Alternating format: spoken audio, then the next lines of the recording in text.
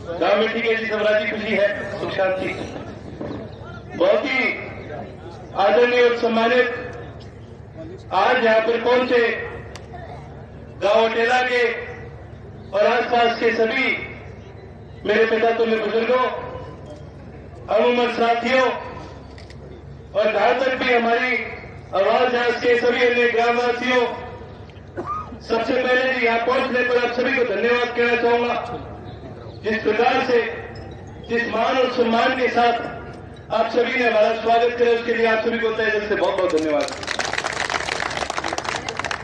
आज ही हम आपके बीच में 800 किलोमीटर से ज्यादा का सफर पैदल ये तय करके आए हैं। हमने 24 फरवरी को सिंगार गांव से यह हरियाणा परिवर्तन पद यात्रा शुरू करी थी और आज हमारे संघर्ष का 40वां दिन है। 800 से ज्यादा हम किलोमीटर कर चुके हैं। आपके बीच आए हैं, आपका ये हौसला देख के आप जिस प्रकार से आप मेरी सभा को यहाँ पहुंचने का काम करा, हमारा भी जो शिष्य काफी बड़ा है और आज आपके बीच आने का जो कारण है वो एक बड़ा अहम कारण है। ये पदयात्रा परिवर्तन पदयात्रा आज के दिन प्रदेश के अंदर एक बहुत बड़ी जरूरत है। अगर हम प्रदेश के हालातों की बात करें तो आज के दिन कोई ऐसा साथी नहीं है हमारा प्रदेश के अंदर जो इस सरकार से खुश है।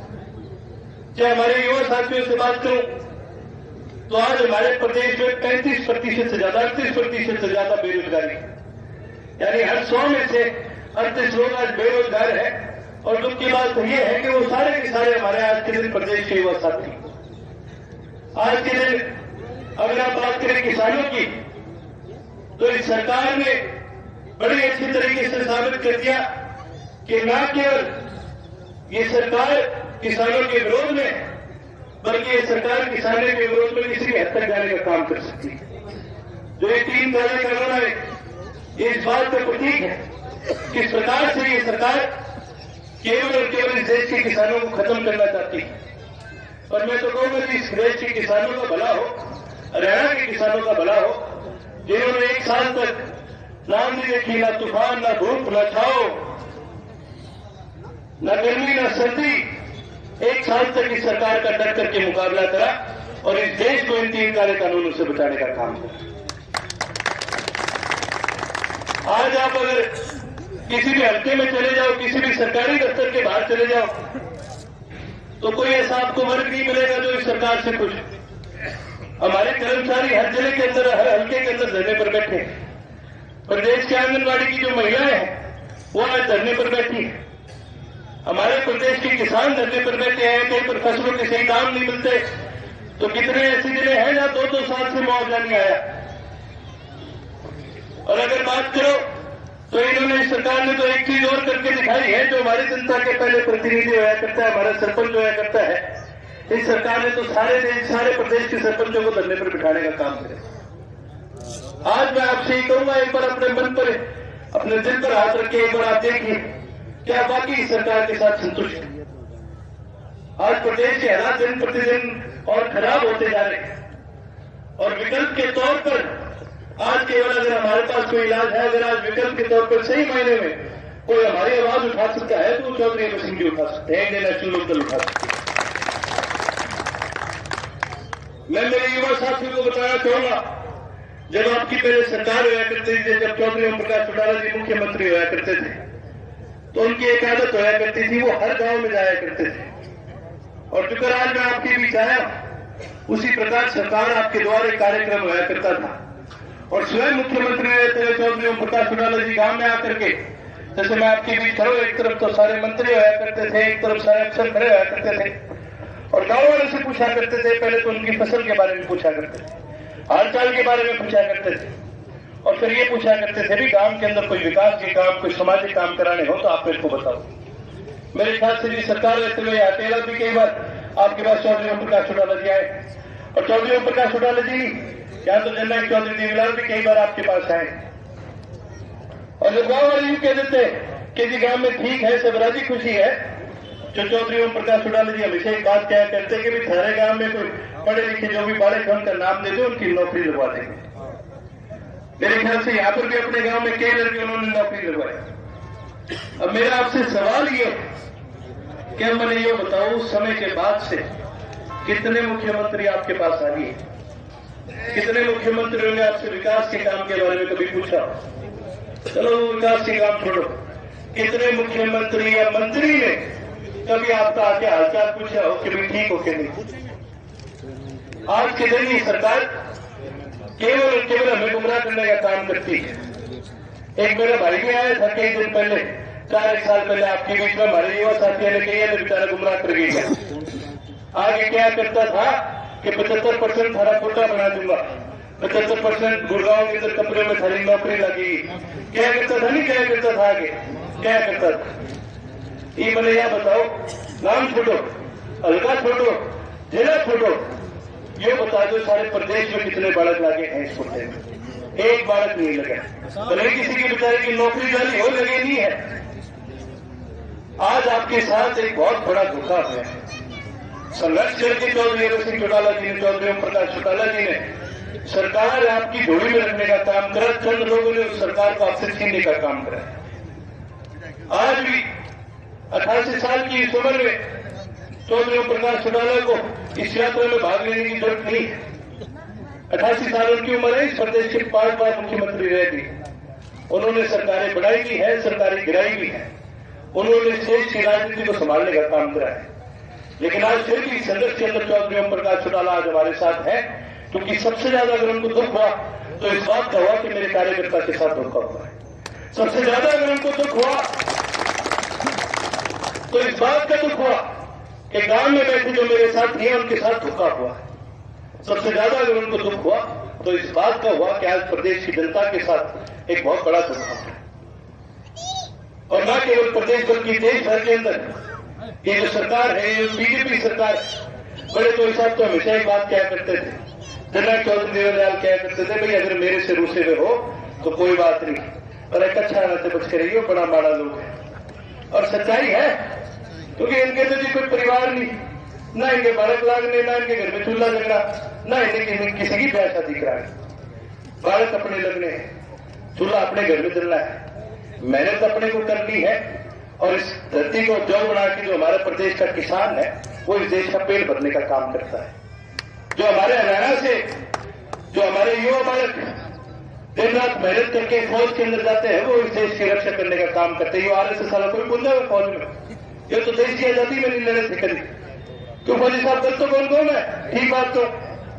और इन्होंने एक नया कानून और बना दिया कि अग्निवीर का नाम तो बड़ा ही सुथरा सा नाम दिया, अग्निवीर।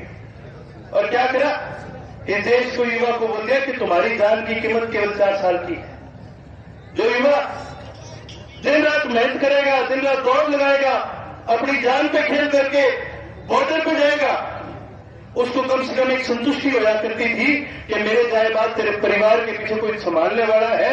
मैं भी जब इस देश की फौज से रिटायर होगा तो कोई पेंशन मिलेगी, परिवार चलेगा। आज इस सरकार ने क्या करा? उस युवा को कह दिया 4 साल की हम नौकरी करो, उसके बाद हम जाओ जहां जाना है।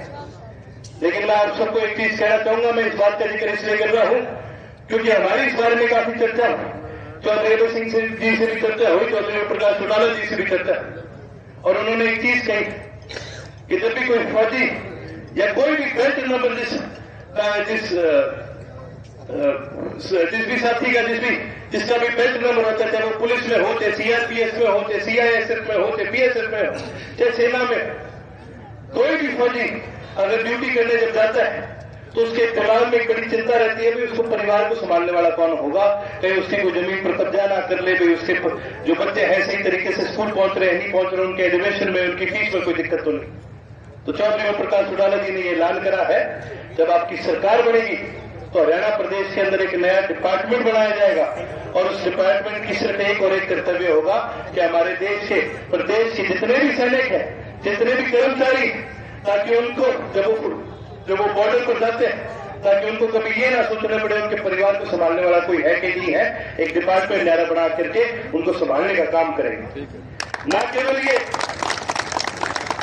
जो हमारे युवा साथी, जो अग्निवीर हमारा साथी देश की रक्षा करके आया, जब वो वापस आएगा तो उसके पास 4 साल की ट्रेनिंग होगी, उसको हथियार भी चलाना आता है, और वो अच्छी तरह से पढ़ा लिखा लायक लड़का है, तो क्यों ना इन लड़कों को पुलिस में भर्ती कर दिया जाए। आपकी सरकार बढ़ेगी तो हरियाणा प्रदेश के अंदर अग्निवीर बटालियन के नाम से हरियाणा पुलिस के अंदर बटालियन बनाने का काम करेंगे और उन लड़कों को जब वो देश की सेवा करके आएंगे उनको इस प्रदेश की सेवा का एक रोजगार का मौका देने का काम करेंगे। और जब मैं ये आपसे बात कहूं तो मैं आपको एक चीज बताना चाहूंगा, और पार्टियां तो कोई जेब की धनी होगी, हम तो जुबान के धनी हैं। चौधरी सिंह जी, चौधरी ओम प्रकाश चौटाला एक बार जो बात कह रहे वो बात इतनी पक्की हो गई, पत्थर की लकीर मिल जाएगी, लेकिन चौधरी ओम प्रकाश चौटाला की मुझसे कहीं बात वापस नहीं है। आपको इस बात का विश्वास है कि नहीं है? हमारे ऊपर है तो दोनों आप खड़े करके दिखाइए। तो मैं तो आप सबसे एक चीज कहूंगा कि इसी विश्वास के साथ आप हरियाणा प्रदेश में परिवर्तन लाने का काम कीजिए। बातें तो कई सारी है जो मैं आपसे करना चाहता हूँ, एक दो बात और जरूर करके जाऊंगा। आज के दिन हमारे प्रदेश में एक बड़ी समस्या, देश भर में नहीं बल्कि पूरे देश के अंदर एक बड़ी समस्या है महंगाई की। पहले गैस जो चूल्हो गैस का सिलेंडर 400 रुपया में होया करता, ये कितने को हो गया? 1200 रुपया का मिले। ब्लैक में खरीदो तो 1250 रुपया का मिले। और कहा मोदी जी क्या करते थे, फ्री में दूंगा, फ्री में दूंगा। एक मैंने कोई बीजेपी का कार्यकर्ता मिल गया, वो कह रही मैं लोकदल ज्वाइन करना चाहूँ। मैं क्या बात था नहीं, मोदी अच्छा बोल लगा।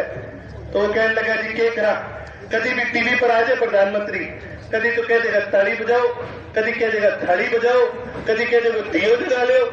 काम की तो बात ही कौन करे? देश सारा कोरोना से लड़ रही हो, क्या आगे ताली बजा लो भाई, कोरोना भाग जाएगा इससे। यही चीजों से कोरोना नहीं भागता, देश में विकास लाने से ही देश का विकास हो सकता है। और हरियाणा प्रदेश में तो हमने ये ठान ली है, इस बीजेपी को और तो बेकार ना करा पाए, इन्हें आपा यहां से घर से निकाल के इनको भगाने का काम करें।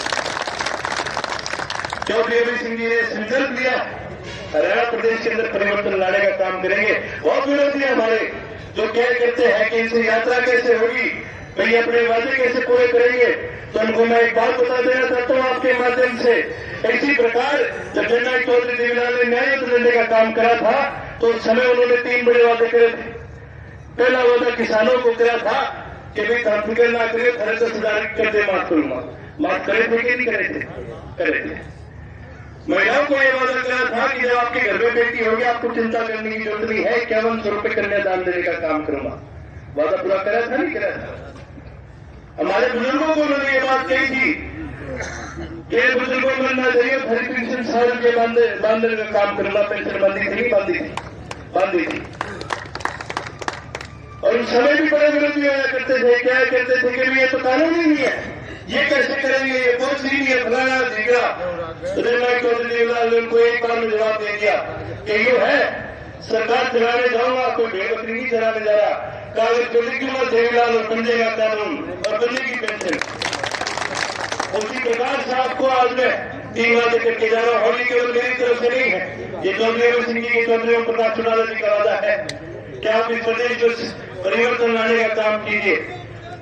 जितने भी हमारे युवा साथी हैं, मैं आपको वादा करता हूं जब आपकी सरकार आएगी हर युवा साथी को हम रोजगार देने का काम करेंगे। एक बात और आपको बताना चाहूंगा, चौधरी ओम प्रकाश चौटाला जी को 10 साल की जेल हुई थी 3206 लड़के लगाने के लिए, लेकिन कई युवा साथियों को ये नहीं पता 3206 तो इन्होंने केस में हरियाणा में चौधरी ओम प्रकाश चौटाला जी ने लाखों लड़के लगाए और हमें इस बात का कोई डर नहीं है।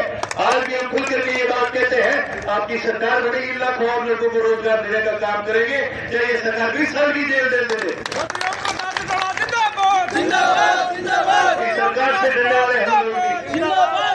मैं तो आप सभी को ये वादा करता हूं कि जब तक आपकी सरकार बढ़ेगी हर युवा साथी को हम रोजगार देने का काम करेंगे और जो लायक और काबिल युवा साथी है जिनको रोजगार नहीं मिल पाया उनको हम हर महीने 21,000 बेरोजगारी भत्ता देने का काम करेंगे।